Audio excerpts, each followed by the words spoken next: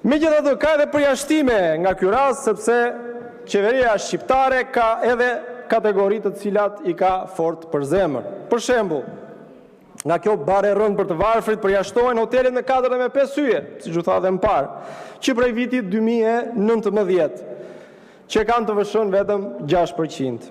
Me pak fjalë, oligarkët që zaptojnë tokat e atyre fshatarëve që janë pronar legjitim dhe zaptojnë plazhet e atyre që zbresin nga mali për të ngulur çadrat.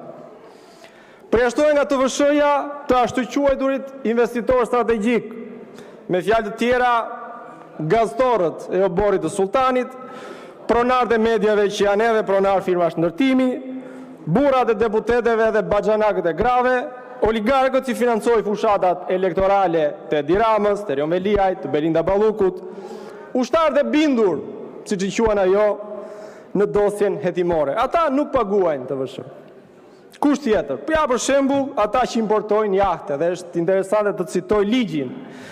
Ligji thotë përjashtohet nga TVSH importimi i jahteve dhe mjeteve të tjera ujore që përdoren për qëllime turistike, kënaqësie dhe argëtimi, thotë. Ku ka më mirë se sa të mos paguajnë TVSH, ata që merren me tregtinë e mjeteve ujore që kënaqin dhe argëtojnë pushtetarët tanë dhe oligarkët e tyre që janë miq pra.